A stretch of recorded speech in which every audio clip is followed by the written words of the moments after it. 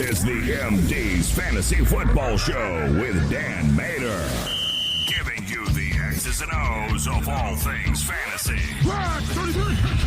On the Worldwide Sports Radio Network. And welcome back, MD Nation, to the show. You are listening to the MD's Fantasy Football Show on the Worldwide Sports Radio Network, WWSRN, and also presented to you by Belly Up Sports. As always, I'm your host, Dan Mater. We are going to talk about the Thursday night game from last night, the blowout that it was.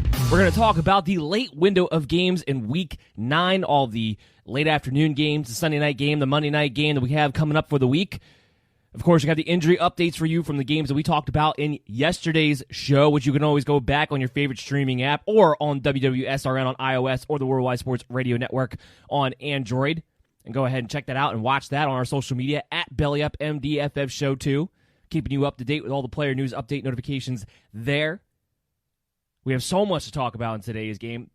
Once again, I want to thank all of you out there for joining us and prying yourselves away from all of the election news, and we're happy to be here to provide you some content to give all of our brains a break, because I think everybody, no matter what side you're on, needs a little bit of a break right now. So we're going to be talking about all fun things fantasy football and hopefully be able to get you guys a win this week, because we are in the thick of playoff races with only 5 games left in the regular seasons for most of you out there, because most of them are going to Week 13. So it's tight. It's knit. It's time. It's pretty much, if you're sitting there at a game less than 500 or at 500, you have to make your run here and now. Otherwise, we're not going to be in there. And if you're part of MD Nation, we're going to help you every step of the way. So let's talk about that Thursday night game, and then we'll take in some injury updates later on, because we do have some stuff coming through our desk now, so I want to make sure you guys are up to date when we go into that segment. That game last night was about what you expected it to be. I don't know anybody who would have expected a close game when you have the San Francisco 49ers with pretty much nobody left on the roster. Now, some things didn't go to our expectations, a la Jordan Reed, a la Robert Tonyan, are not going to finish in the top 10 after those performances, after being hardly involved on either side. Injury-wise, from a fantasy standpoint at least, there weren't any new injuries to talk about. The big thing would probably be that, as soon as a couple hours after we got done with the show, all of a sudden it came out that Aaron Jones was in fact going to play, was in fact going to be active. They decided to do a 180 when it came to what they felt about Aaron Jones and his ability. Now, let's not be mistaken. If Jamal Williams or A.J. Dillon were available in this game, I think there's a pretty good chance that Aaron Jones would have probably sat out one more week. This was a matter of they didn't really want to go into the game having to lean on just Tyler Ervin and Dexter Williams. That was really the big thing that we take away from here. He didn't have his full workload, but he looked good. He looked healthy. He still got 15 carries for 58 yards. He still tacked on 5 catches for 21 yards. So he still gave you a decent floor day. And if you had Aaron Jones and you found out he was going to be active, well, you were going to play him. And it's not a terrible day, especially considering it was a game in which he was not supposed to get a full workload. He still gets 20 touches. 20 touches, and really his snap counts, we're going to go back and look at those. It wasn't a full workload as far as the snap count goes. I mean, when he was out there on the field, they had no trepidation in handing him the football and giving him the football and getting him back involved in this offense. So they were pretty confident that he was going to be healthy, and like I said, he looked good. So the most important thing when it comes to Aaron Jones is the fact that he's going to be good to go, I think, from here on out, barring any more injuries. So you're going to have your Aaron Jones. You're going to have your top 5 running back on the year back in your lineups, I believe, moving forward with confidence. Aaron Rodgers was Aaron Rodgers. I mean, we expected at least a good game out of Rodgers. He actually threw the ball less than I was expecting him to, but they put this game well out of reach earlier on than I was necessarily expecting him to do so either. Aaron Rodgers goes for 305 yards, 4 touchdowns in this game off of just 31 attempts. 49ers defense looked like they couldn't get any pressure. They looked like they couldn't cover Davante Adams, who went 10 catches, 173 yards, a touchdown on 12 targets. They talked about that they were going to double Davante Adams. If you did, you did a horrible job. And I watched that game. They didn't. They tried to play their basic coverage against Davante Adams, which is stupid, because you can't do it. You can't leave this man one-on-one. You have to have him double covered. And when you're playing the Green Bay Packers, especially without Allen Lazard, I don't know why defenses would be afraid to double cover with Davante Adams. You know where the ball's going. Now, Marquez Valdez-Scantling did come away with 2 bombs in this game, 2 touchdowns, I should say, in this game, one bomb touchdown. Now everyone's going to be asking themselves, well, what does this mean? And it means nothing because Allen Lazard is going to probably be back next week. This is his once-in-a-blue-moon game where he puts things over the top, where he puts up big points. If you could actually figure out when that was going to happen, then my hat is off to you. Nobody else is going to be able to. And with Allen Lazard coming back, it's not like his target share, his involvement in the offense is going to rise now. We know every so often he's going to catch a bomb. The problem is you're never going to know when to play him for that bomb. So nothing much really changes for the Packers side of things. Tyler Ervin was a little bit involved, 4 catches, 48 yards, 8 carries, 24 yards. That immediately disappears next week when we expect to see Jamal Williams back. So not much really changes for the Green Bay Packers from a fantasy standpoint, other than you got good performances out of the guys you needed. The only disappointment, like I said before, was Tanyan, who only had 1 target, 1 catch, 5 yards. They played a lot of the tight ends. They kept, so what do you do about Robert Tanyan moving forward? I guess you could say he stays in the streaming territory. They have a good matchup next week, but with these tight ends who are all in this 10 to 20 range really now, they're all about the same. They can all give you dud performances like this, or they could actually give you a solid performance. And it flip-flops every single week. It's just a matter of can you pick the right one at the right time. Because if you don't have a top 5 tight end, you're playing Russian roulette when it comes to the tight end position and what you're going to get. So it's something that you have to keep in mind when it comes to tight ends, knowing that you're going to have to shoot your shot, and sometimes it's going to blow up in your face. Tanyan did. So did Jordan Reed, and we'll talk about the 49ers. I'm going to give myself a little bit of a pat on the back when it comes to the San Francisco 49ers. I am. Because I'm pretty sure I am the only one who is saying that this was going to be a Jerick McKinnon game, not a JaMycal Hasty game, because Jerick McKinnon plays with Nick Mullins. And I'm pretty sure I was the only one going around saying that. I'm pretty sure. Maybe there was somebody else out there that I don't know about, but I'm pretty sure. So I'm going to give myself a little bit of a pat on the back for that because I screwed up. I openly admit that I screwed up the Tanyan and Jordan Reed pick, so I can give myself a little pat on the back for that. But McKinnon was good. 12 carries, 52 yards. He got a touchdown, 3 catches, 16 yards. If you listen to the show, if you're a part of MD Nation and you actually played him, then you were happy with his performance. The touchdown, of course, came in garbage time on the last drive, but hey, that's where fantasy points live and die for the most part, especially when it comes to these bad teams. And make no mistake, the San Francisco 49ers moving forward are going to be a bad team. Nick Mullins was 291, a touchdown, an interception. Richie James. So when you're asking yourself, who is going to be the wide receiver, because there's no Brandon Ayuk, no Deebo Samuel, no George Kittle. Richie James, 9 catches, 184 yards, a touchdown, 13 targets. A guy that they weren't even 100% sure was definitely going to be able to go this week. They weren't. They didn't think it was going to happen. He comes in because he is a special teams phenom and he's always been fast. They pretty much just used that to their advantage. It helped that Jaire Alexander had to go out with a concussion during the game. But Richie James is not going to be a thing moving forward. Brandon Ayuk will be back next week, and it just kind of shows you that this could have been a Brandon Ayuk game, and that's kind of disappointing because he would have played in some people's lineups. You weren't going to play a San Francisco 49er wide receiver in this game. You just weren't. So it's kind of a shame in that standpoint, but this doesn't do anything for Richie James moving forward. Deebo will be back, I believe, in 2 weeks or so. Jordan Reed will get more involved moving forward. I'm not worried about Jordan Reed. This was a situation where if you were really dying to find a tight end streamer, there was a case to be made that he could wind up getting a lot of targets in this game because they just desperately needed somebody. I think Jordan Reed has some better days ahead. I think he falls into that widening category of that low-end tight end 1, tight end 2 that you're pretty much streaming any given week depending upon the matchup. Now, remember, the 49ers do have a bye in Week 11 as well. So that's coming up. But there's really not much else to talk about here. Moving forward, what are you going to do? Well, it's going to depend on the quarterback. If C.J. Beathard plays, and we're still waiting for Tevin Coleman and Raheem Mostert to come back, well, then I think you might see a little bit more of JaMycal Hasty. But if it continues to be Nick Mullins, and that's going to be the debate heading into next week, is which quarterback is going to quarterback in Week 10. Because I think that after what Nick Mullins did last night, I think that has to be completely up in the air. But if it's going to be Nick Mullins, then it's probably going to be Jerick McKinnon because he looks to check down more. There's a comfort level there with Nick Mullins and Jerick McKinnon that there's not with JaMycal Hasty. And if you played Hasty, he was terrible in this game. I mean, we still had him as an RB3, thinking he would still maybe get 8 to 10 carries in this one. He only got 4. 2 catches, 10 yards. Hasty is going to be a guy that, you know what, we can go ahead and hit this button because Raheem Mostert will be back soon. And I think it's going to be Jerick McKinnon next week again. Prepare to be flushed. That's going to be for JaMycal Hasty. There's no reason to own him after this week, after that showing, after seeing what's going on right now with the San Francisco 49ers offense. Outside of Brandon Ayuk and Deebo Samuel, I don't know how much I'm going to want to own any pieces of this offense moving forward.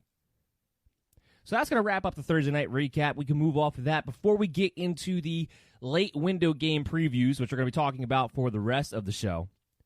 I do want to give you guys some injury updates from yesterday's episode. Now, again, make sure you go check it out if you haven't seen it. You can check it out on your favorite streaming app, iHeartRadio, Spotify, Stitcher, Google Play, iTunes. I mean, wherever you like to go, we're widely available to you as the MD's Fantasy Football Show. But also make sure you're checking it out on the Worldwide Sports Radio Network, on your Android apps, or if you're on iOS, www.srn. Now, for the injury updates that we have for you guys, which we will keep you up to date on social media at BellyUpMDFF Show, just to make sure you guys know that, and it's a free resource, obviously. We're getting some news in now that we'll just add to the injury report, and we'll just start off with this. It looks like Devonta Freeman is actually going to practice today, and he looking like he's going to trend in the right direction for Sunday's game. So Devonta Freeman, who we are going to talk about, and we're going to talk about the Giants in this show. I don't know. We talked about the Giants yesterday. My mistake. Is going to look like he actually is going to play. So where's that going to do him? Well, we'll update our rankings on the BellyUpFantasySports.com website that you can always check out, and we have our updated rankings every single week for you guys in standard, full point, and half point PPR. And we had Wayne Gallman at RB30. We had him at an RB3. I imagine that I'll probably want to be putting Freeman somewhere in the similar territory as a Wayne Gallman, who I had projected out as the lead running back for the Giants heading into this game in the first place. So probably somewhere in that RB3 territory. So if you're looking for a flex play, or if you're looking for a warm body to step in as your RB2 because you're hurt by the bye weeks and everything like that, that's a situation where you might be able to play a Devonta Freeman. So he's somebody that you could probably go to possibly. Obviously, you're not excited about the ceiling. Obviously, playing Washington with that front and the way the Giants have been playing as of late, there is a little bit of a low floor that comes with him. That's why he's in the RB3 territory, but he is a option if you're looking for ones out there. We'll stick with that game here. Golden Tate, he's back. He was back at practice yesterday. He's expected to go. Now, he, in and of himself, of course, is not a guy that you want to be playing, or he's not going to be fantasy relevant, I should say. But him being back in the lineup does limit maybe some of the targets going to a Sterling Shepard, going to a Darius Slayton, going to an Evan Ingram. So something to kind of keep an eye on there. I still think Slayton, of all the Giant wide receivers, is the one to go with this particular week because Sterling Shepard is going to be matched up on Fuller, and he's also dealing with his own injuries. Now, there's nothing that we expect him to be out of for Sunday, but he is a little bit limited as far as where his health is at the moment. Talk about Sammy Watkins. He came back. He practiced again in a limited capacity yesterday. So he's looking like he really is trending in the right direction of coming back from that hamstring issue going into Sunday's game. He came in at wide receiver, a high-end wide receiver 3 for us with this Kansas City offense, given the role that he was playing in before he went down with this injury. And also that while Mecole Hardman was fine and while Demarcus Robinson was fine, they didn't do anything special to keep Sammy Watkins out, more in particular with Mecole Hardman, because that's kind of what you were wondering. Like, Mecole Hardman had a great stretch. Would he suddenly be able to take over Sammy Watkins? Because eventually that seems to be the way they have to take these things, because we don't plan on seeing Sammy Watkins back again next year due to the contract situation, unless he takes another pay cut and signs for another one-year deal on even cheaper money, which I guess we can't rule out at this point, depending on what he wants to do. But as it stands right now, we're expecting Hardman to take over that job at some point next season, but it's not going to happen this year. He didn't do enough to make it in a question that Sammy Watkins is not going to be the number 2 receiver for the Kansas City Chiefs heading into this game. So he becomes in as a wide receiver 3. He's somebody who definitely is an option in a game that very well could be a shootout. We're also getting news now that Kenyon Drake did not practice again. We did not expect him to come back this week anyway, so this kind of just confirms that Kenyon Drake will not be playing this week. Fire up Chase Edmonds. We're going to talk about this game in this slated window, but we have Chase Edmonds as top 5 running back this week. Jonathan Taylor, he came back and practiced in a full capacity yesterday, so whatever that ankle issue was, obviously it was not serious. Jonathan Taylor, we do have him as a low-end RB2. Obviously, you don't feel great about it right now because of the way the Colts are choosing to stick with this 3-man rotation. Not to mention they're playing the Baltimore Ravens, which is not a great matchup to begin with. But I think I don't know if you're going to have a better option. Most people who drafted Jonathan Taylor drafted him in the first 3 rounds. I don't know if you're going to have a better option to bench Jonathan Taylor for. If you do, great, because he's not going to have a high ceiling here against the Baltimore Ravens and when he's splitting touches with 2 other running backs in that backfield. And what seems like a possibility of him being in a hot man rotation, a hot hand rotation, if you will, which always puts everything into an extra state of flux. So we have an RB22. I think you have to play him because you're probably not going to have a better option. But if you do, don't be afraid to bench him because he is going to have a lower ceiling heading into this week that we have to expect for. Calvin Ridley, there's actually been some really good news on Calvin Ridley. So Atlanta, they're having to deal with their own COVID issues right now. So they didn't have the team facility was not open today. Now, they're expected to be fine overall. It was a high contact tracing situation, a precaution. So this game's still going to go on as far as that is concerned. But their hope was that they were actually going to get Calvin, because he hasn't practiced the past 2 days. Their hope was they were going to get Calvin Ridley to come out today's practice and see what he could do. Now, I haven't ranked Calvin Ridley, and I still won't until I get some more news on this. Probably not until tomorrow. They'll be updated for you guys first thing Sunday morning like they always are. I promise you that on the BellyUpFantasySports.com website. But when it comes to Calvin Ridley, we didn't expect any chance that he was going to play this week for 2 reasons. And I still lean towards him not playing, but for 2 reasons. One, it seemed like a serious enough foot issue that he really just needed at least a week off. But 2, they're bye weeks next week. So it would just be hard for me to imagine a guy who's definitely a future piece of this franchise, the future wide receiver core of this franchise, why you'd rush him back out there. You're not going to the playoffs. You have a bye week next week. He can come back 100% in week 11. So I still lean towards him not playing, but there does seem to be growing optimism that they might be able to get him out there. So make sure you're following us on Twitter at BellyUpMDFF Show. We'll keep you up to date throughout the weekend as far as that goes. And if he does wind up looking like he's going to suit up, we'll have him ranked. But I still lean towards them not wind up playing him, especially since he got kind of cheated out of today's practice. Now, they'll do a walkthrough of sorts tomorrow. So there will be a chance to see what he can do on the practice field tomorrow, but he could wind up being a game-time decision at this point. Speaking of game-time decisions, Ezekiel Elliott. He's going to be a game-time decision, it looks like. He did not do as much in practice yesterday as Mike McCarthy was hoping for. He was only a limited participant, has only been a limited participant to this point. They're sounding more and more like they said they're going to warm him up in today's practice, warm him up on Sunday. That sounds like a game-time decision to me.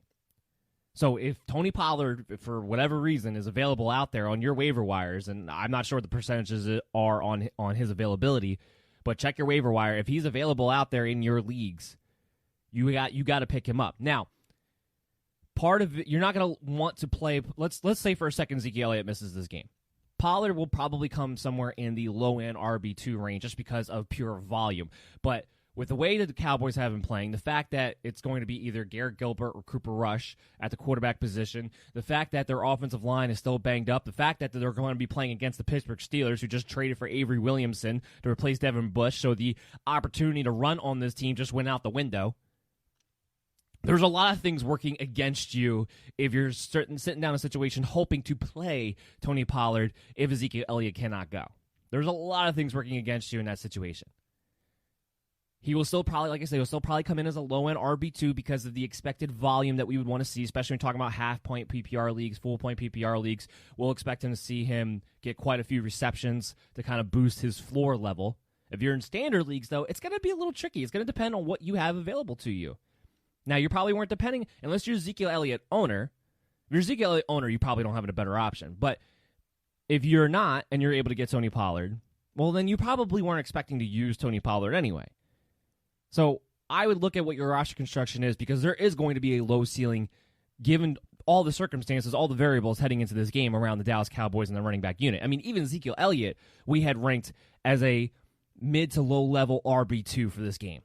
Ezekiel Elliott, because of all those variables that we just laid out for you when it comes to Tony Pollard. So I am not necessarily rushing out there to pick him up and automatically insert him into my lineup. It depends on what my situation is. But you still should pick him up so that way nobody else in your league has the option. Especially the Ezekiel Elliott owner. You don't want them to have another option. Make everybody suffer. Play it aggressively. Play with strategy. Chris Godwin is out there at practice. This is something that I kind of expect we might hear about as the show progresses to the 1:30 hour. He was able to... He's out there right now. He has a special glove. The last report that we got was minutes before he came on to the show, which he was gripping the ball, seeing how it felt and everything, kind of testing out the new glove that he's going to be trying to use. He's going to test to see how he feels catching the football today. So today's practice will determine, I believe, whether or not we can expect to see Chris Godwin or not. Today we'll know today one way or another, I believe. So that's going to be the good news. At least you're going to know one way or another. If he does play, we have him as a wide receiver too against the Saints. He's a good matchup. The Saints defense has just been completely disappointing all year long.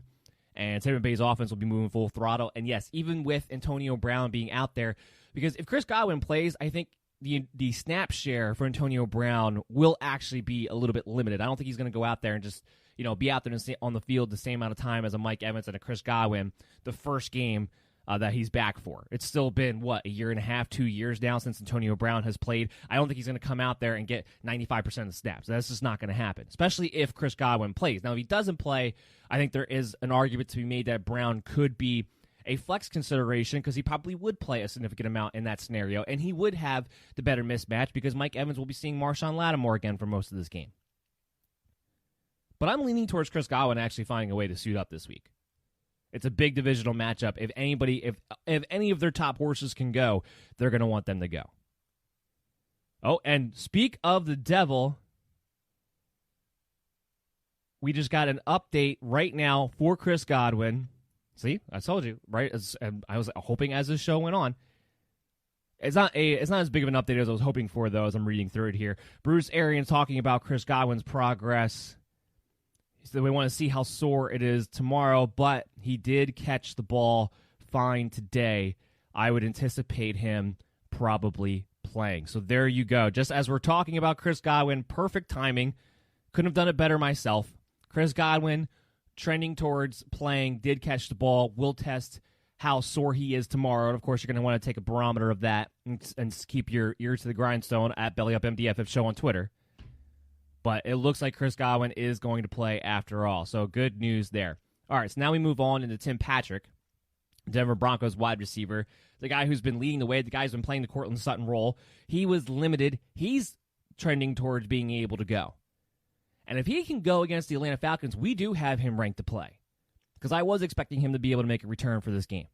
If he can go against the Atlanta Falcons, given the role that he has been in, he's a nice little play this week. We have him in the wide receiver 2 range this week if he can go. So Tim Patrick, definitely somebody to kind of pick up. He's somebody who might be available out there in your waiver wires and could inject a big boost into your lineup this week if he's available and ready to go against the Atlanta Falcons.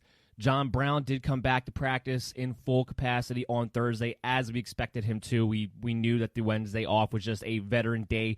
We're not worried about that in any capacity. This is a great matchup against Seattle. If he's fully healthy, which if he's practicing in full would indicate that he's pretty close to 100%, or at least as close as he's going to get anyway, we do think that John Brown has serious ceiling upside in this game against the Seattle Seahawks. Not that that should be a surprise as far as that analysis is going for anybody, but for those of you out there who have become a little bit shaken by Josh Allen, become a little bit shaken by the inconsistent use of John Brown when he's been out there because of the injuries and everything like that, I would feel very confident in playing John Brown as my wide receiver 3 and playing him as my flex play, especially if I'm looking to hit a home run this week. So I like John Brown a lot this week. Adam Humphries continues to be out. At this point, we would say that it's more likely than not he will again miss because of the concussion. So that just means more targets for A.J. Brown, more targets for Corey Davis, more targets for Jonnu Smith, maybe. That's something we talked about yesterday we're going to have to watch. Of course, it's against Chicago. not a great matchup, but if they're going to get more targets, these guys have been heavily leaned on this offense, and I think they'll have just fine floors for you to go to in this game, especially if they're Joe Adam Humphries. Mark Ingram, again, was out yesterday, too. It does not look like he's going to play, so we maintain our RB3 status, our low-end RB2 status on J.K. Dobbins, our RB3 status on Gus Edwards heading into this matchup. And we still have not heard any updates on Matthew Stafford as far as, is he trending in the right direction? Did he test negative since, I believe it was Monday or Tuesday? Has he tested negative since then? Because if he continues to do so, he can still play this week against the Minnesota Vikings. He of himself would be a streaming quarterback for us because of the matchup. I don't care that he didn't practice. Matthew Stafford's not one of those guys that I feel like has to practice throughout the week in order to actually play well. And also, it would go into what's the value for a TJ Hawkinson, what's the value for a possible Marvin Jones play this week if Matthew Stafford is out there and playing. And it would affect the running back group, how much they're going to lean on the running backs if there's a Stafford versus a no Stafford. So I haven't heard a lot of updates on that yet. Of course, we'll keep you updated throughout the weekend. Those are all the updates from the games that we talked about yesterday. So the games that we're going to talk about today, the late window games, we're going to keep you up to date on the injuries through them and talk about that as we go through our analysis. What I want to do first, though, is I want to take a little bit of a quick break, come back, and we'll kick off the late Week 9 matchup previews for you right after this. It's the Worldwide Sports Radio Network. You're listening to the MD's Fantasy Football Show on the Worldwide Sports Radio Network. And we are back on the Worldwide Sports Radio Network, WWSRN. You're listening to the MD's Fantasy Football Show, and as always, I'm your host, Dan Mater. And MD Nation, we've been out there. We've been talking about the injury updates going into this week. From yesterday's show, we were talking about the Thursday night recap. Now we are going to get into the late window of games for Week 9 and give you all the fantasy analysis and, of course, keep you up to date with the injuries as well. So now we got the Raiders, we got the Chargers in this big AFC West matchup game, and we got Josh Jacobs. Everybody keeps talking about Josh Jacobs. He's not quite the top 6 maybe running back that some people out there were hoping he would be to this point, but he is probably as solid as they come. He has as high of a floor as they come because kind of like Derrick Henry, he is just going to get the ball no matter what the game script is. He's averaging over 20 carries a game right now. Josh Jacobs against the Chargers, who are kind of in the mid-level when I would say when it comes to the running back position, being able to defend the running back position. Josh Jacobs comes in as our number 10 running back on the week, so I think this is going to be a solid play for him. A lot of people are asking, Derek Carr, is he a stream-worthy quarterback? Because everyone's, rightfully so. You're throwing away the game from last week because it was such bad weather out there. Nobody's passing attack was going to be able to do anything, and I don't care if it was Derek Carr or, frankly, I don't know if I wouldn't even matter if it was Aaron Rodgers because of how strong those gusts of winds were last week. Look, with Derek Carr, he comes in at QB 16 for us, so he's going to be in the argument level, but there's such a low cap to his ceiling that I think you can find better options. For instance, even a Matthew Stafford who doesn't practice all week long, if he's able to go on Sunday against the Minnesota Vikings, I would much rather pick up and play a Matthew Stafford than a Derek Carr. 100%. And that is something that should be available to you in a lot of leagues. And I don't believe Matthew Stafford is more than 50% owned, at least not on average anyway, throughout all the major platforms the last time I looked at it. So I would rather do some situations like that than have to go in a Derek Carr direction. Darren Waller obviously must play tight end 3 for us on the week. He just remains to be the number 1 pass catcher for the Raiders overall. And while he hasn't had these huge games like he did a year ago, he's been very solid on a week-to-week basis. So Darren Waller, good to go, our tight end 3. As far as the wide receivers go, and you're looking at a Henry Ruggs, I don't like this matchup for Henry Ruggs. I don't like the fact that he's going to be matched up on Hayward for most of this game. Obviously, with Ruggs, you're only hoping for that one big play to make him fantasy relevant. Otherwise, you know there's going to possibly be a low floor when it comes to a Henry Ruggs if he doesn't hit that one big play, because he's still just not in a situation yet where he's seeing, let's say, 5 to 7 targets on a consistent basis. That's not happening yet. It might happen next year. It might happen down the road, but right now that's not our expectation. So Henry Ruggs, obviously, if you are just looking for a home run threat, He has as good of a chance this week to hit it as he does any other week, but you are playing you're gambling on a high level if you are actually going to roll the dice on Henry Ruggs this particular week. We don't have him ranked inside the top 36 of wide receivers. When it comes to the Chargers side of the ball, Justin Herbert, fire him up. He's a top 10 QB. We have him at QB 7 on the week. I don't think anybody should question that. This is a great matchup against the Raiders. Definitely, as long as the weather is fine and we don't run a situation like we did last week, this is a great matchup for any quarterback, for any offense, because the Raiders are so terrible defensively. And you have Justin Herbert, who's been on fire over the past, I don't know, I guess you could probably say he's been on fire since the day he started when Taylor unfortunately had his lung punctured by his own doctors. Herbert's going to be a top 10 quarterback without a doubt. I mean, maybe he'll even be a top 7 quarterback without a doubt for the rest of the season anyway, and he comes in at 7 this week for us. Keenan Allen, obviously, he's a top 10 receiver for us this week. He's seeing double-digit targets every single week. He gets that against the Raiders. You can ensure he's going to have a great game, too. Hunter Henry's so aggravating. So aggravating. The talent is there. The offense is playing well. The quarterback is there. Even the opportunities are there because Hunter Henry is somebody who's still getting, on average, 5 to 7 targets at the tight end position. That is the only reason. The opportunities are the only reason that we continue to hold out hope for Hunter Henry, because at this point, the statistics, the production just hasn't been there. So if you're playing Hunter Henry, it's because you're trusting the process over the results so far. And we have him at tight end 13 on the week. I don't feel great about it, but it does put him in the top end of streamer category, but you're probably not dropping Hunter Henry. You're not moving on. You're not putting him on the waiver wire to stream. You're just playing him as a low-level tight end 1, and you're just hoping at some point Justin Herbert actually throws him the ball in the end zone. Because it doesn't make any sense that it hasn't happened to this point, but it continues to not happen. So he's very, very frustrating. I understand if you want to look in a different direction, but we do have him at tight end 13, given that it's the Raiders, given that he's still seeing 5 to 7 targets on average.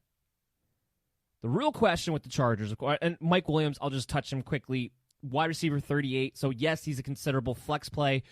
It's only because they're playing the Raiders. Last week was the first week that we actually saw Mike Williams be able to get targeted on a significant level while Keenan Allen was actually healthy and out there on the field. It's the first time we've seen it. So I'm not ready to jump all in on Mike Williams being a solid wide receiver 3 that you can plug into your lineups into this offense, because that was only one time. I'm not ready to just jump in off of one occasion that Mike Williams was actually being targeted alongside of Keenan Allen. If it happens again this game, he'll have a good game. And if it happens again this game, then we will start to have a little bit more confidence that could happen again and again and again this season. And then we'll move up Mike Williams in the rankings. But for now, I'm playing to that there is a low floor factor here that we have to recognize, and that's why he comes in at wide receiver 38 for us, and what should be a game that Mike Williams would be normally able to dominate if we could trust that he was definitely going to get the target share. The real narrative on the Chargers and trying to figure out what you're going to get is the running back situation. We do expect Justin Jackson to get the majority of the work. What majority of the work that is, I think, can be anybody's guess right now. Last week, it happened to be 20 opportunities. Maybe because it's the Raiders, maybe he gets the opportunity for that to be the case again. But Tremaine Pope is going to be a factor. Josh Kelly's getting phased out. Josh Kelly's the odd man out. But he's still going to probably account for somewhere between 6 to 8 opportunities in his own right, whether it be carries or receptions. So that's where it kind of gets a little, because then you chip away there. Tremaine Pope, somebody who came out of nowhere last week, it has a very similar skill set to a Justin Jackson, but somebody that they liked. And that's mostly due to the fact that Joshua Kelly's just been very disappointing ever since really week 2 of this season. He's going to be a factor. We have Pope ranked at RB 37. So he's just outside RB 36 for us, just outside the cusp of that flex play for us. Because I don't think last week was a fluke. I think that's something that is going to continue. Because he played well. And it was just clear that he was playing ahead of Joshua Kelly now. So all these factors kind of limit the ceiling of a Justin Jackson, but we come in, Jackson still a high-end RB2 for us. Again, the Raiders are terrible against the run. Now, they are a little bit better when Jonathan Abram plays, and we expect him to play in this game. They are a little bit better in that sense, but Justin Jackson will get receptions. Justin Jackson will get at least 15 carries, I believe, in this game. We saw what he can do last week when he has the holes. He has some explosive ability. I feel good given this matchup, given this week, especially the landscape this week is crazy. Justin Jackson is somebody we think is going to be a high-end RB2 this week. So play him with confidence, and then we're going to be watching this game closely to kind of figure out what is the rotation now. Is it solidified that Pope is ahead of Joshua Kelly, and what that possibly means as far as opportunities go throughout these running backs. I know a lot of people are trying to ask, where's Austin Eckler in all this? Austin Eckler, we don't know when he's going to come back. Now, Anthony Lynn's been saying all the right things.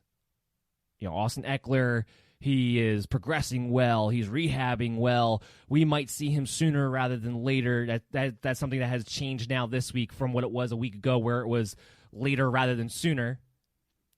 I don't know. It was such a bad hamstring issue, and people keep trying to throw out week 10, which would be next week, as a possibility. I don't see it. I don't see how he comes back week 10. With that hamstring issue, with the fact that Justin Jackson's been playing well, and let's also put into the mix, the Chargers aren't in the playoff race. Now, if they were magically, they rattle off this game, they would rattle off next week, maybe they can make an argument because there's that extra wild card spot this year that they can make a run at that, but they're not in the playoff race. You paid Austin Eckler a big contract. There's no way I could see them bringing him back unless they are 100% sure that he's going to be healthy. So I think we're still looking at a few more weeks before we even have Austin Eckler in the conversation. If you have an IR spot and you're able to keep stashing him there, go for it. But if not, I could understand maybe you look to trade an Austin Eckler to try to make the roster moves, because I don't know when he's going to come back. And maybe somebody will buy into the idea that he will be back sooner rather than later, and you can get some good value for him. But I don't think that's going to be the case. So let's move on to our next game. Let's talk about the Steelers. Let's talk about the Dallas Cowboys. And we'll get into a little bit more on the Ezekiel Elliott, Tony Pollard side of things. Obviously, again, Jerry Jones comes out, and I have comments here, and I did see that alert as well on Facebook at the moment. Yes, Jerry Jones came out and said that he expects Ezekiel Elliott to go. I don't care what Jerry Jones has to say. Jerry Jones, flaps his mouth about everything 24/7 and winds up not being true, I would say about probably 80% of the time, especially when it comes to his football team. It doesn't sound like McCarthy, on the other hand. McCarthy doesn't sound like he expects Elliott to miss, but this is going to be a game-time decision. And just given that they have a bye week next week, it makes things just a little bit more interesting. I'm not saying that I'm leaning towards Ezekiel Elliott being out, because I'm not at this point. I still have him ranked as an RB2. But because they have that bye week next week, because they've been playing so poorly as of late, I don't know if you just decide you want to throw Ezekiel Elliott to the Wolves in this game, instead of just letting him get healthy. And coming back in Week 11, where there should be an Andy Dalton, which at least is an improvement amongst the travesty that is the quarterback situation right now for them, and they might get some of their offensive linemen back in Week 11 too. So there's that factor of why he might not play, why I think it might be more of a chance that he might not play. If this was any other week, if they didn't have their bye week next week, or if they already had their bye, I think there would be very little chance that he didn't suit up. But that does become a variable. So again, it just re-emphasizes the point. Make sure you have Tony Pollard, just in case. With the wide receivers, I have Amari Cooper ranked wide receiver 26. I don't feel good about it. It's a high-end wide receiver 3 when you're talking about 12-man leagues. Look, when it comes to Amari Cooper, he should get targeted more than he did with Ben DiNucci last week. I don't know what happened there, because he wasn't shadowed by Slay, which we thought might happen. That didn't wind up happening. The guy who was actually getting shadowed by Slay was Michael Gallup, who had 12 targets. I don't know what happened last week. I don't think anybody knows what happened last week. I don't think the Cowboys know what happened last week, and that's why Ben DiNucci's not starting quarterback again this week. Amari Cooper's going to have a low floor. Plain and simple. You're going against the Steelers, who, from a wide receiver perspective, is not really that bad of a matchup. But the problem is, how often are the quarterbacks actually going to have any time to throw the ball down the field? Now, that does play into Cooper's strength a little bit, because he is the one running the shorter routes in this offense. That's why he's had so many games for 7 catches for 80 yards, a lot this season. But man, oh man, I don't know if you can trust any pass catcher on the Dallas Cowboys right now. I just don't think you can. Like I said, Amari Cooper, he comes at wide receiver 26 and makes him a high-end wide receiver 3. But even that, I don't really feel great about. And you have to consider, when you're doing your roster construction, when you're putting your lineups together, he's going to have a low floor in this game. And not much of a ceiling either. So take that into consideration when you're looking at what options you have available to you. But you might not have a better one. Some people want to ask about Dalton Schultz. Dalton Schultz, we have him at tight end 15 this week. Again, unless it's Amari Cooper, I don't think I'm even contemplating putting in a Dallas Cowboy pass catcher this week. Just not doing it. Plus, the Steelers are great against good tight ends, let alone this situation. Now let's talk about the Steelers side of the ball. Play everyone. I mean, if we want to just give the quick fantasy analysis on it, play everyone. Chase Claypool finally looking like he is playing well ahead of James Washington, something that we were waiting for to get confirmation on, waiting for it to happen, and then being able to have enough data on it to confirm that it did in fact happen. So Claypool, fire him up. Now he's probably the lower ranked of the three wide receivers when it comes to Claypool, Schuster, Deontay Johnson. Deontay Johnson, our highest ranked receiver this week. He comes at wide receiver 14. Juju comes in at wide receiver 20. Claypool comes in at wide receiver 22. All two wide receiver 2s with upside, obviously. And all three of them could be wide receiver 1s. I mean, this is just the state of the Dallas Cowboys are in. That's what it breaks down to. Smith-Schuster, I think you can guarantee me 7 catches for at least 68 yards. The question will be, do you score a touchdown or not? Because that's pretty much been a stat line anyway. Against the Cowboys, there's a decent chance he gets a touchdown in this game. Claypool, like I said, he has the big explosive abilities playing ahead of James Washington. He comes in at wide receiver 22 for us. He's the big red zone target. But the number one wide receiver of this team, when he is healthy, and that's been a struggle this year, but when he is healthy, is Deontay Johnson. Deontay Johnson is the number one guy. Now, I know last week he goosed everybody. I get it. I understand. I understand what your frustrations would be. Deontay Johnson would be a buy low candidate for me. If you can get him for pennies on the dollar, which might be possible right now because between the injuries and him getting 0 points against the Baltimore Ravens last week, I think that might be a possibility out there in some of your leagues. I want every little bit of Deontay Johnson I could possibly get. First of all, you get the nice upside of the Steelers already having their bye week done, so you don't have to worry about it while you're going into these playoff races. And he is, more times than not, with the exception of last week, when he's out there healthy on the field for all 4 quarters, he's the number one target. Plain and simple. He is. So he comes in at wide receiver 14 for us. I wouldn't be shocked at all if he winds up cracking the top 10 this week. They're going to probably have an emphasis on getting him the ball after not being able to get him the ball a week ago. So play all of them, pretty much. Eric Ebron is a top 10 tight end for us this week. You can have him at tight end 7. He's somebody, even with the wide receivers getting their targets, Eric Ebron has actually been getting his workload, his opportunities as well, too. He's been staring at 5 to 7 targets in every game.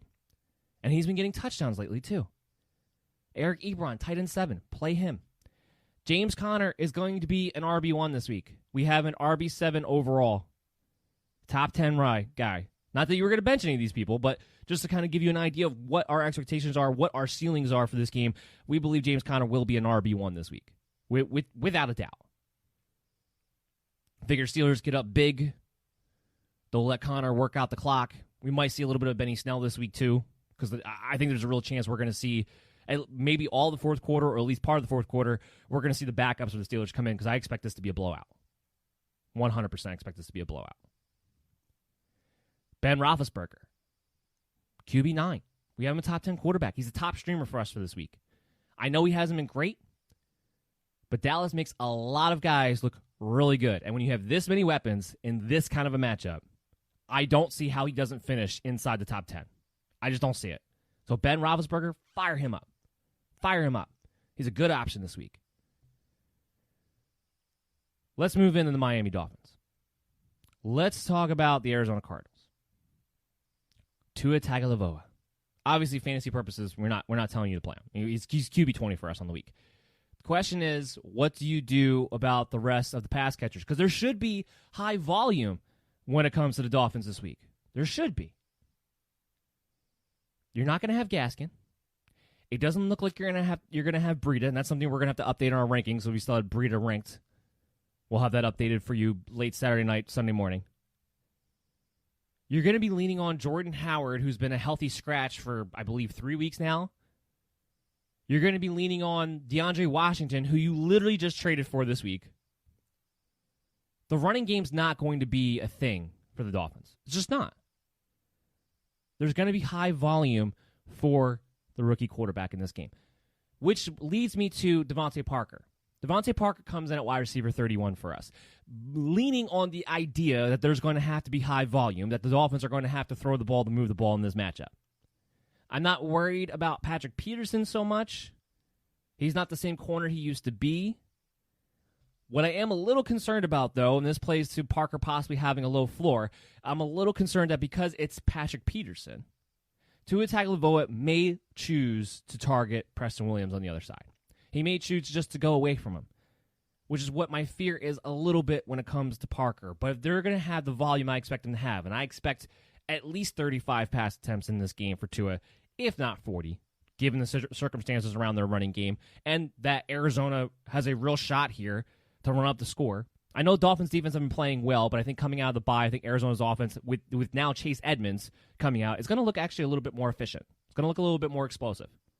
We'll talk about their offensive weapons in a second. But as a result of that, being that it's in Arizona and they're coming off the bye, I think the Dolphins are going to have to come back from behind too at some point in this game. So there should be high volume in this game. So Parker has a decent floor, I believe. But I question exactly what his ceiling is going to be because we still don't know who Tua's favorite target really is. I mean, Parker had the touchdown last week, but he only had 2 targets. His favorite target as far as pass catchers go was Preston Williams, who had 5. So we're going to have to see. That game, we had a really weird game script, so we just didn't get to take a lot of data out of that game. The game really didn't tell us a lot when it came to, Tua and Parker and Williams and Mike Gesicki. It just didn't tell us a lot. So Parker, wide receiver 31. We're not playing Preston Williams, obviously. It's just a matter of, where's Parker's value at when it comes to Preston Williams' targets. Mike Gesicki, tight end 19. I don't know how you can trust the Mike Gesicki at this point. I don't know who would want to. He's had, 2 good games this year? He's been hardly even involved. And this goes back before Tua took over, where we have a lot of question marks as to what we're going to see. No. I'm not trusting Mike Gesicki this week. As far as the Arizona Cardinals side of the ball, this is where things get a little bit exciting. Now, like I said, the Dolphins defense has been playing well, but I expect the Arizona Cardinals offense to be a little bit more efficient now they have Chase Edmonds back there. Why I think Chase Edmonds should continue being the starting running back, but that we'll have that conversation at another time. Kyler Murray is our QB1. He's been the QB1 for the season. We know that even if he's not efficient throwing the ball, which he hasn't been at times this year, he'll run the heck out of it and give you a big fantasy output. No worries there. So, QB1. Chase Edmonds, running back 5 overall. RB5, top RB1 this week. Love the matchup, love his ability, love how he has looked so far this season. He's going to get all the work. Love Chase Edmonds this week. Don't think that should be a surprise to anybody. DeAndre Hopkins, wide receiver 3 on the week.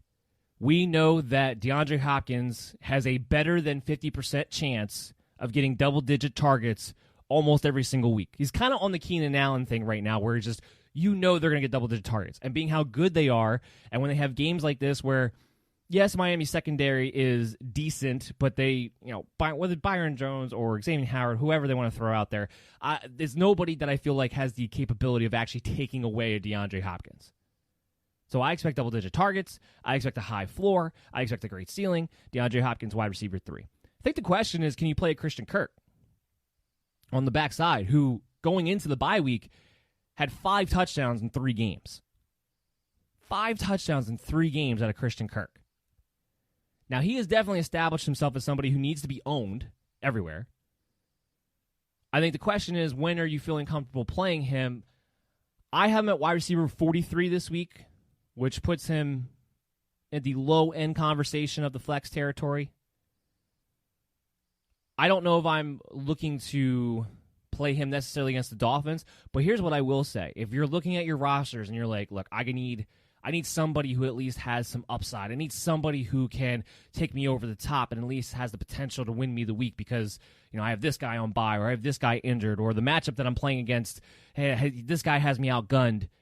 If you're looking for that little spark from that guy who can just overperform and has that upside, that's a Christian Kirk guy right now. He's on a fire as far as the touchdowns go. He's overtaken Larry Fitzgerald in snap count, in routes run, in targets. He is the second wide receiver. We knew somebody else besides DeAndre Hopkins was going to have to start to get more involved. I'm good with you playing Christian Kirk if you need to take a shot somewhere. That's why he's at wide receiver 43 for us.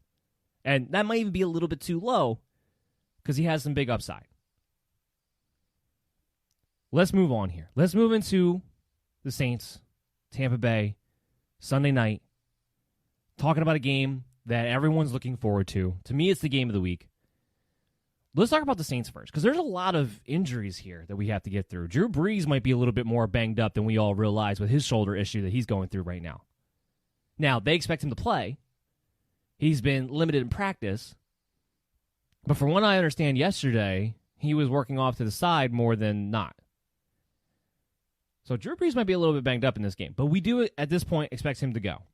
As far as his actual fantasy value, he's not a streaming quarterback for us in this game. It's Tampa Bay's defense. He's dealing with the injury, and it's not like he's been great this year anyway. So not a streaming option for us. But it's important because you need Brees out there, because guess who finally might come back? Michael Thomas. Michael Thomas might be back in this game. He's been practicing in limited capacity this week. So far as we understand it to this point at 12:55 on Friday, there hasn't been any setbacks with him in practice. I don't want to say that we're definitely going to see Michael Thomas, because I feel like every time I felt confident about that heading into a week, we haven't seen it yet. It's been one thing or another with him, whether he's punching a guy out or picking up new injuries while he's practicing. So I don't, knock on wood, I don't want to jinx anything, but we might actually see Michael Thomas coming back this week. Make sure you're following us on Twitter at BellyUpMDFF Show. We'll keep you up to date, because that's something we're all going to be watching right up until game time. If Thomas plays, you're playing him. We have him ranked at wide receiver 13. No, it's not a great matchup, but there's going to be an emphasis if he's out there to get Michael Thomas the ball a lot, especially after what happened the first time these two teams played each other. It's going to be a big Thomas and Alvin Kamara game as far as targets go. That's why we need Drew Brees to be healthy, because we need to make sure that's exactly what's going to happen. Kamara is our RB4 this week. It's the first time in a while we actually haven't had him ranked at RB1. Again, that's a testament to the fact that he's playing Tampa Bay. We don't expect high efficient numbers in the ground game. The great thing about Kamara, and why he just has this insane floor every single week, even when he doesn't score, which has actually been a few weeks now since he has scored a touchdown, he's on a record pace in receptions and reception yards. And even with Michael Thomas coming back, even with Emmanuel Sanders coming back, because we expect him to be back this week too. He got activated off the COVID reserve list. He may not see double-digit targets. Maybe. There's still a possibility he could. But he's going to still see 7 and 9. He's still going to be heavily involved. So that's the great thing about Alvin Kamara. Even in a matchup like this, we know he's going to be so involved in the passing game that you just don't worry about him killing your lineup. And as long as he gives you that floor with the receptions, he's due for a touchdown. 100% he's due for a touchdown. Jared Cook, tight end 9. Again, he kind of falls in that category where, yeah, if he scores, he's going to be top 10 tight end. If he doesn't, then, who knows? He might be tight end 25.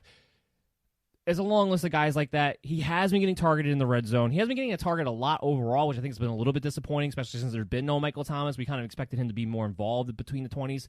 But when they get inside the 20, Jared Cook is definitely somebody Drew Brees is looking for. And that's not going to change even with Michael Thomas coming back. He's still going to be somebody that Drew Brees looks for. And now that there will be attention away from him in the red zone on top of it, it should allow him to get a few more one-on-one opportunities. So Jared Cook is tight end 9 for us. On Tampa Bay side of the ball, Tom Brady, QB8.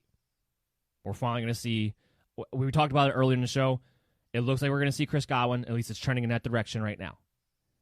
We have him at wide receiver 18. We expect him to go, we expect him to play. It's a big matchup. He'll be in, as long as he's good to go out there with that special glove he's trying out there and he can catch the ball, which is what it sounds like happened in practice today. Chris Godwin will be a wide receiver 2 for us. Mike Evans, high-end wide receiver 3. 28th. He's going against Lattimore. You don't love it. But I don't believe Antonio Brown is going to come in again and get 80 to 90% of the snap work. Not this week. I think there's going to be an emphasis to target Mike Evans when it comes to the red zone.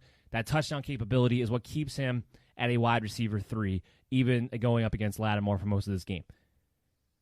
Let's get to the big one. Let's talk about Antonio Brown. Everyone wants to know, can we play him week 1? Well, look. I do have him at wide receiver 46, so it's not outside the conversation of considering him potentially in your flex position, especially if you're in 3 wide receiver leagues. It's in the conversation. Would I want to play him this week? No. That's why he's wide receiver 46. It's not somebody I want to play. But it's all, again, it's going to come down to your roster construction. It's going to come down to your lineups. What can you get? What do you have available to you? Is there a world where Antonio Brown walks in and gets double-digit targets? Yeah. And we saw it happen with Tom Brady and the Patriots. Now, the difference between, and I want to get into this because a lot of people keep throwing that example out there, but they don't seem to back it up with context.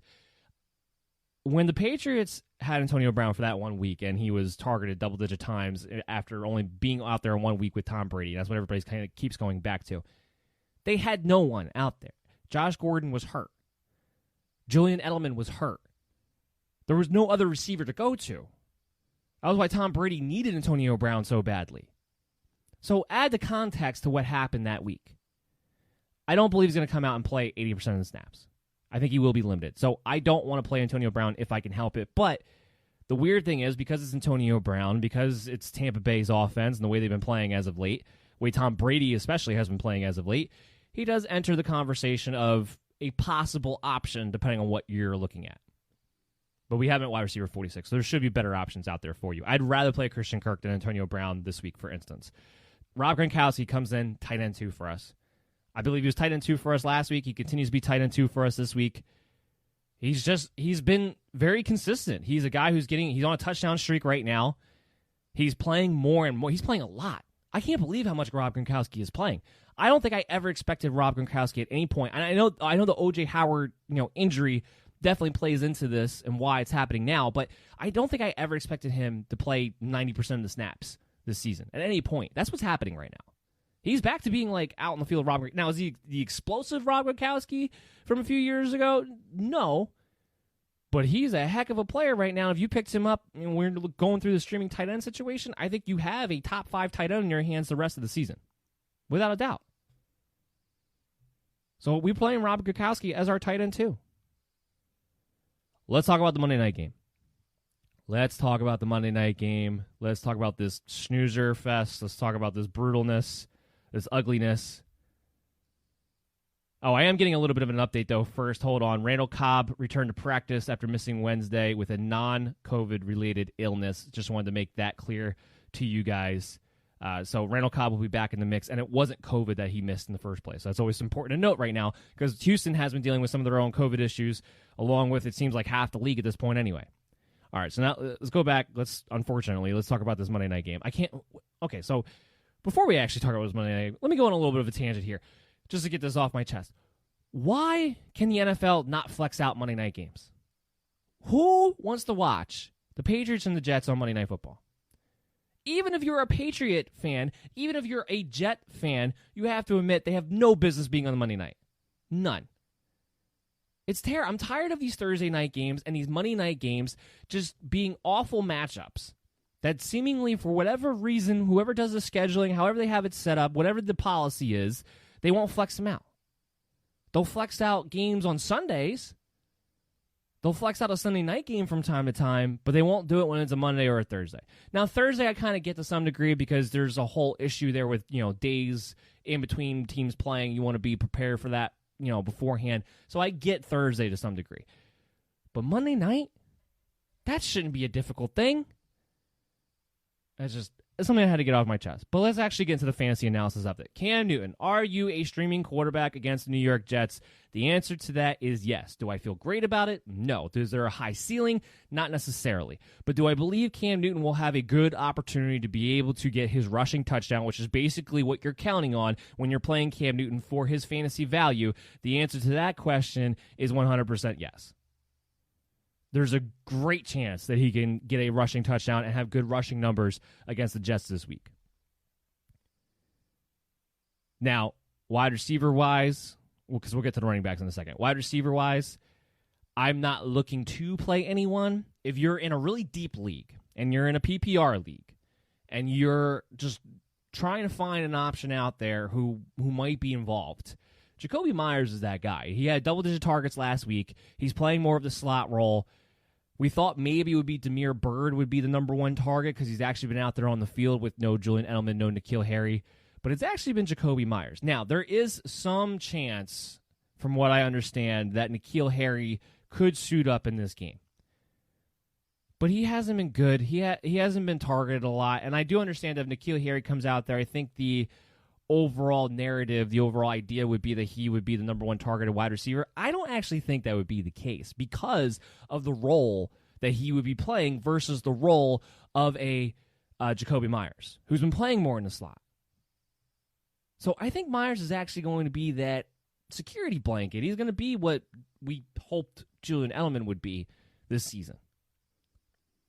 No, so I'm just saying that he's not our top 36. He's not a guy who I want to consider in flex situations. He's not a guy that if you're in 10, 12-team leagues that I'm trying to throw out there at any point. I'm just making the point that if you're in a deep league and you're in a PPR league specifically, he is an option that you can kind of look at because of the role that he's been playing and what the circumstances are of this passing game right now for the Patriots. I do think that their offense will at least be able to be efficient because, one, it's the New York Jets. Their offense isn't going to be able to put any pressure on the Patriots' defense. So this game will never get out of hand. Therefore, the Patriots will be able to do what they really need and want to do to win games, which is use Cam's legs and use the running game. So that segues us into the running backs. Damian Harris, we have at RB34. There is an upside ceiling to Damian Harris. Again, talking about the game script, what we expect them to be able to do, because they should be able to run, because they should be able to stick with that philosophy. One, that leans towards Damian Harris, because when they run the ball a lot, he is the main runner. But two, with it being the Jets, and I know that they're not bad against running backs, but they have let up a lot of big runs so far this season. And being that they have Cam Newton, I think that'll open up some extra holes that normally wouldn't be there with other teams necessarily. There is an upside to Damian Harris. Him getting 100 yards and a touchdown again this week like he did last week is very much in the cards. So while we have him at RB34, that's a reflection of the fact that he also has a low floor. Because would we be surprised if all of a sudden we saw 8 to 10 targets out of James White, or would we be surprised if the New England Patriots decided to screw us all over in the fantasy industry and say, you know what, we're going to play Rex Burkhead a bunch of times tonight?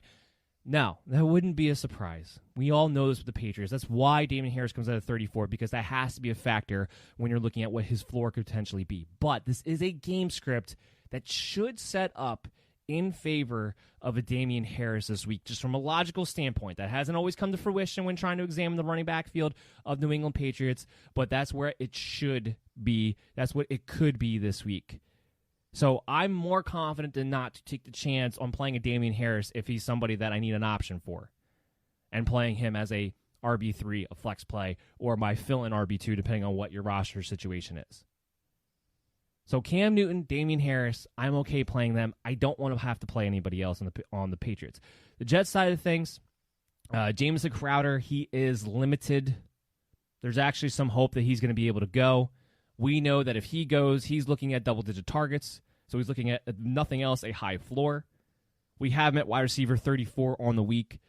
You know, there's some concerns. When you're coming off an injury after a couple of weeks, you know, you want to see, like, are you going to get out there? There's going to be some concern. Are you going to be able to make it through the entire game? Are you going to re-aggravate the injury, stuff like that? But if Crowder's out there, I feel pretty good about playing him as a high-end wide receiver 3 in that situation because, like I said, again, he's going to see double-digit targets. We don't know if Perryman's going to play. Denzel Mims is still a rookie. And this offense wants to go around the slot wide receiver. Jamison Crowder is the best wide receiver that they have, no doubt about it. And whether or not Stephon Gilmore plays for the Patriots on the other side, he doesn't normally shadow in the slot. So Jamison Crowder should be away from Gilmore. You shouldn't have to worry about that. He should have a favorable matchup. You can definitely torch the slot right now against the New England Patriots. Now, I know there's going to be this whole factor of, well, Bill Belichick has the history of selecting whoever your top pass catcher is and building up a game plan to take him away. And that much is true. But because they're going to have to force the issue to Jamison Crowder, because that's what this team does, I still think if you're going to give him double-digit targets, when you're talking about half-point, full-point PPR leagues, he's still going to have a high floor. Belichick, no Belichick. Stephon Gilmore, no Stephon Gilmore.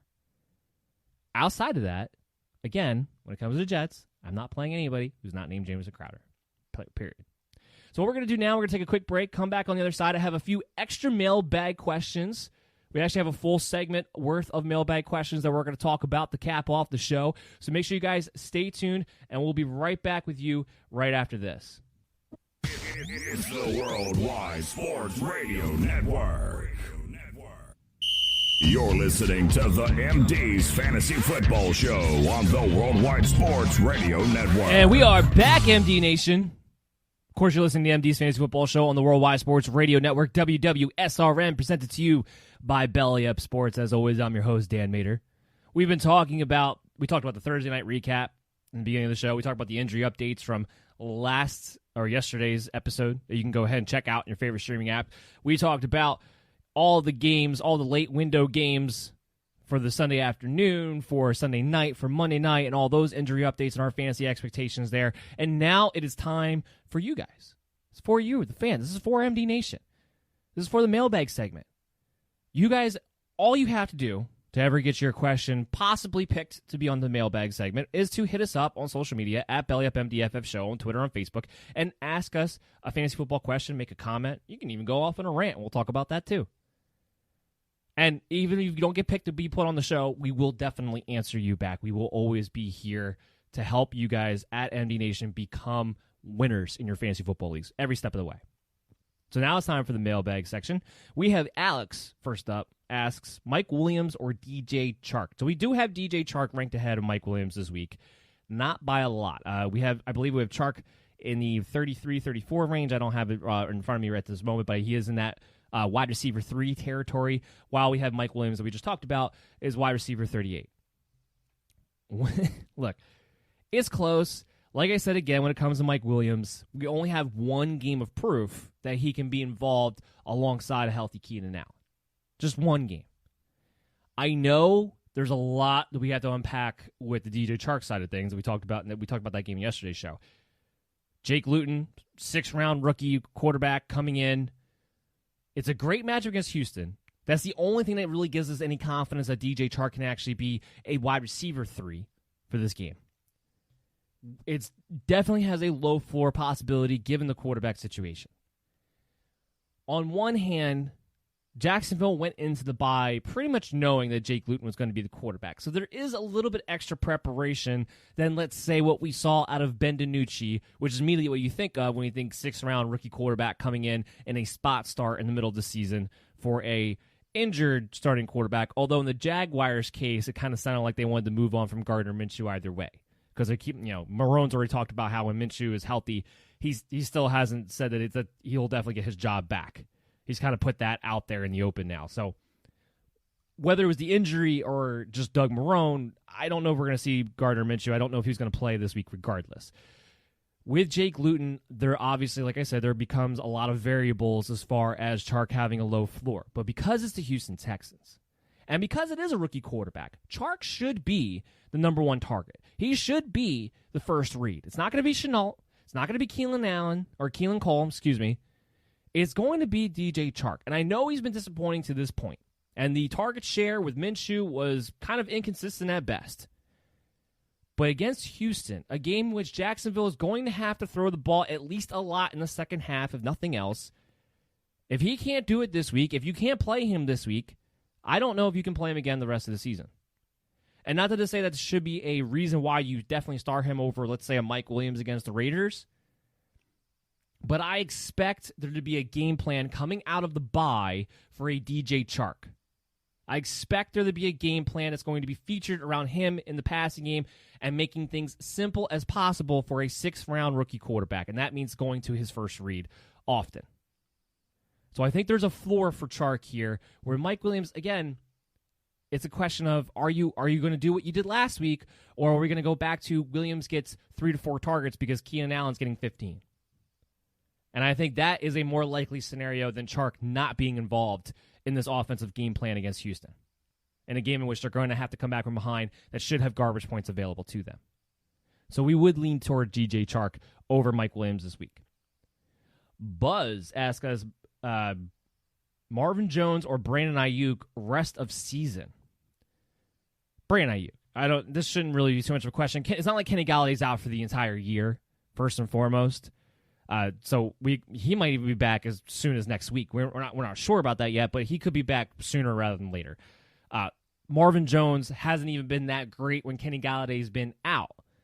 So I don't know what kind of value you think. I know the last 2 weeks, all of a sudden you have Jones now, who had 5 catches, 80 yards 2 weeks ago. Last week he had 2 touchdowns, but he still only had 3 catches for 39 yards, I believe. That's it. And that was with 7 targets. That was with Kenny Golladay missing most of that game. And that's kind of been the case throughout this entire process. Even when Kenny Golladay was out in the beginning of the year, Marvin Jones had the targets. I mean, that's why he's wide receiver 25. When we talked about this game, we talked about him being an option because the opportunities are still going to be there in a plus matchup against Minnesota. But when you're talking about Marvin Jones, the only thing you're talking about him as far as his fantasy value goes is from a 1-week standpoint, from this week. Outside of that, I don't know what you expect out of Marvin Jones moving forward. It's not like he's been great even with Kenny Golladay on the field. It's not his year. Brandon Ayuk, however, I know he had to miss last night's game, but for the rest of the season, you have a banged-up Deebo Samuel. You have a team that's flailing, and they're going to have to use Ayuk, I believe, a lot. And I think he's somebody who's going to be in the wide receiver 3 conversation more times than not when he's able to go because of, and he's not out because of stupid high close contact COVID protocols. He's going to be good to go. He's developing. He's been getting more involved and consistently in that offense. They're going to have some matchups that they're going to be able to utilize. So Brandon Ayuk definitely has more rest of season value if you're debating on who to pick up there. Let's go to Hodges. Hodges asked me, Damian Harris or Marvin Jones in the flex this week? That's a very interesting question. It's a very interesting question. There's a simple answer to it, which is if Matthew Stafford does not play, then 100% you're going to Damian Harris. Let's assume for a second Stafford does play, because that's where this question gets a little bit closer, a little bit more interesting. I think it depends on what you need. Do you need a pop, or do you just need a high floor out of your flex this week? I think that's going to depend on your matchup, your roster construction, and all that. If you need a high floor, I would definitely lean towards Damian Harris because I think, like I said, when we're breaking down that game, logically speaking, it's a game script that should favor Harris as the main running back. It should. So I think he has a higher floor than a Marvin Jones who could, if he doesn't score a touchdown, could easily wind up with 3 catches for 30 yards on 8 to 10 targets and leave you completely screwed. That is definitely in the variable range here. But there's also the other side, which is what we saw last week. It's the fact that they're playing the Minnesota Vikings. If Stafford's in there and they have to throw the ball to catch up in the second half, which Detroit tends to have to do, no matter who they're playing, there is a scenario where Jones could get 100 yards and multiple touchdown game with no Kenny Golladay because he's in a favorable matchup and he should be getting the opportunities. And from watching the film, and this was the most important thing, I went back, I watched this film this week because I knew Marvin Jones was going to be a huge question given the variables. And I'm watching him specifically. I'm watching where his athletic ability is. He doesn't really look like he's lost a step. He's athletically healthy, physically, he looks fine. They're just not targeting him as much. He's not getting as open as normally, but he doesn't look like he's lost too much of a step to me. So that gives me some confidence that against the Minnesota Vikings, there's at least a chance to get that upside Marvin Jones game where he gets that 3 touchdown performance and 100 yards. It's in the realm of possibility. So if you need a pop, I would go with Marvin Jones. But if you're just needing a low floor, or a high floor, I should say, then I would go Damian Harris. And then again, like I said, if Stafford doesn't play, then you're definitely going Harris no matter what it is that you need. Let's go into Simpson. Asked me, trade Zeke for Miles Sanders and J.K. Dobbins. Simpson, I'm going to say this to you very clearly and concisely. If you are being offered that deal right now, pull the trigger. Now, I can't imagine that you are right now, especially with the injury news about Zeke and whether or not he's even going to play this week. But let's assume that he does play. It's been horrendous for Dallas so far. It's been horrendous for Zeke so far. He has now entered the conversation where we might have to consider him an RB2 for the rest of the season and not just a low-end RB1. He might be an RB2 now. He has a bye week next week. Miles Sanders, I know he doesn't play this week, but if you can get J.K. Dobbins, then you're fine at running back because Mark Ingram's not going to play. We expect Dobbins to be an RB2. And frankly, we only have him 4 spots below Ezekiel Elliott heading into this week. When Miles Sanders comes back, the Philadelphia Eagles are going to have to lean on him. He'll have a high floor every single week. We know what Miles Sanders will bring to the table as long as he's healthy.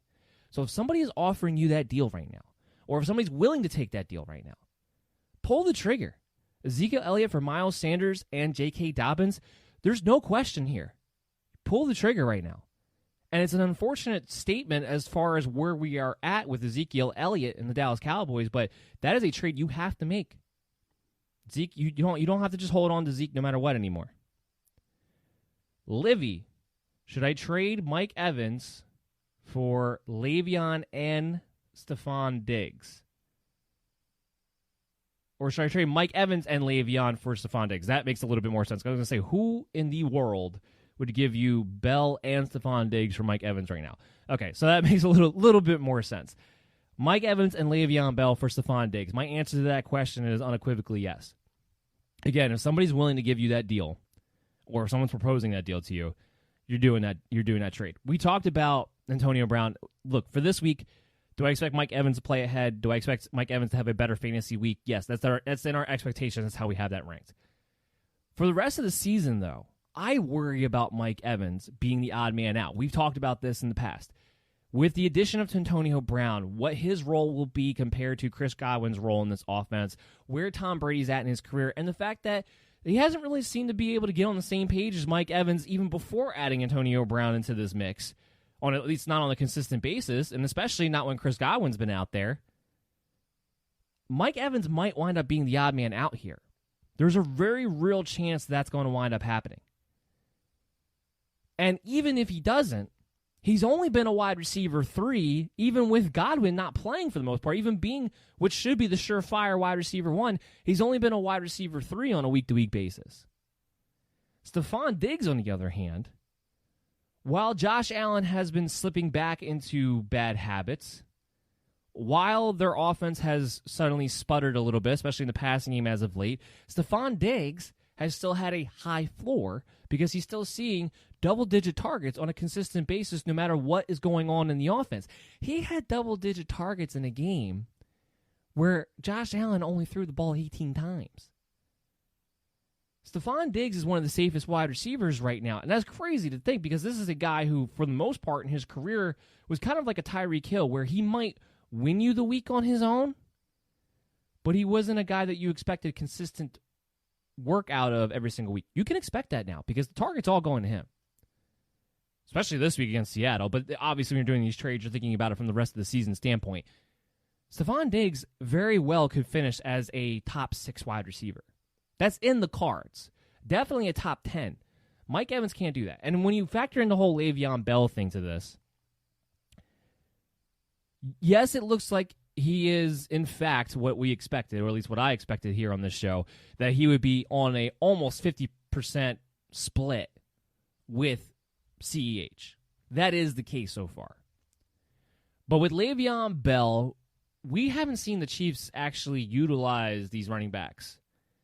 Where all of a sudden, we're worried about CEH and what he is even going to be able to bring to the table in the week. Because if they're splitting time and the Chiefs decide that they're not going to just, they're not going to let the running backs be involved at all anyway, like they did with the Jets game, where it's just like, we're going all passing with Patrick Mahomes and our weapons there. We're not even going to involve the running backs. There will be definitely better days ahead than what happened last week. But the best Le'Veon Bell can be is a week-to-week RB3. And even that, he'll have a low floor on. Even that, we will probably be inconsistent, given the situation there, unless Allaire was to get hurt.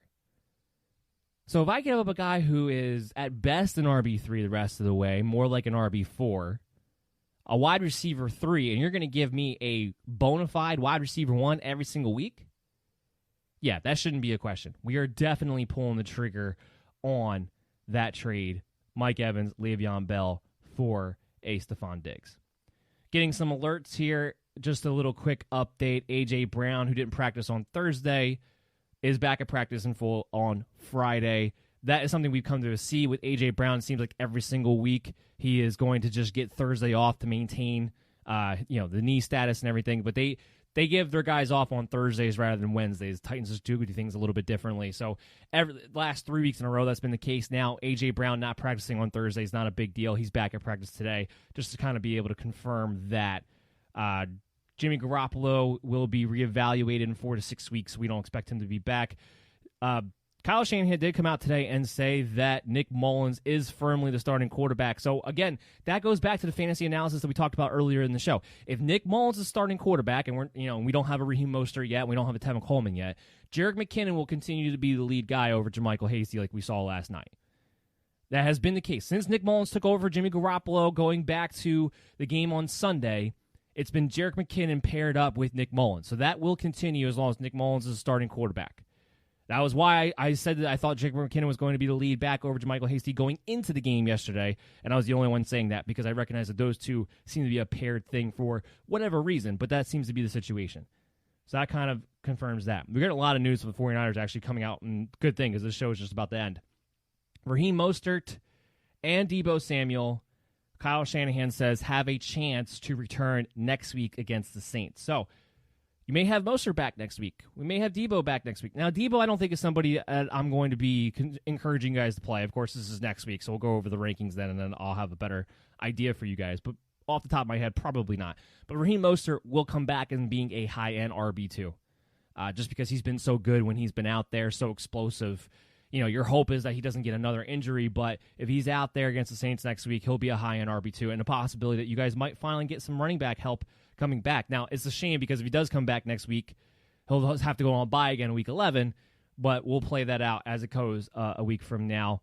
And Matt Rule is anticipating that Christian McCaffrey will be activated either today or tomorrow, just to kind of confirm that we expect Christian McCaffrey to finally return to the NFL this Sunday. So a lot of little news updates right before at the end of this show, and that is going to close out this show. I hope you guys all enjoyed it. I hope you guys feel prepared, ready to go for your Week 9 matchups. Of course, make sure you're following us along all throughout the weekend at BellyUpMDFF Show on Twitter and on Facebook. We'll keep you up to date with everything going on. Make sure you're checking out BellyUpFantasySports.com. We'll have those rankings updated for you guys at least by Sunday morning, but most likely late Saturday night is usually when I have them updated for you guys. Make sure you're prepared for your lineups heading into a very pivotal Week 9 for a lot of people out there trying to make the playoffs. Make sure you're listening to the Worldwide Sports Radio Network. A lot of great content on an Android app, or if you have iOS, check it out on WWSRN. You can always stream this show from your favorite streaming app, iHeartRadio, Spotify, Stitcher, Google Play, iTunes, wherever you like to go. We are available to you as the Belly Up Sports' MD's Fantasy Football Show. Just look us up there. Everyone stay safe, stay healthy, stay happy. You can go back to watching the election now. Thank you for taking some time out to watch this show and take a little bit of a break with us. We'll be back on Monday on your favorite streaming app with the Sunday recap show, as we always do. And we'll be back next week, same time, same place, 12 o'clock to 1:30 here on the Worldwide Sports Radio Network on Thursday and Friday. So we'll see you guys again then. Everyone, stay happy, stay safe, and have fun on Sunday.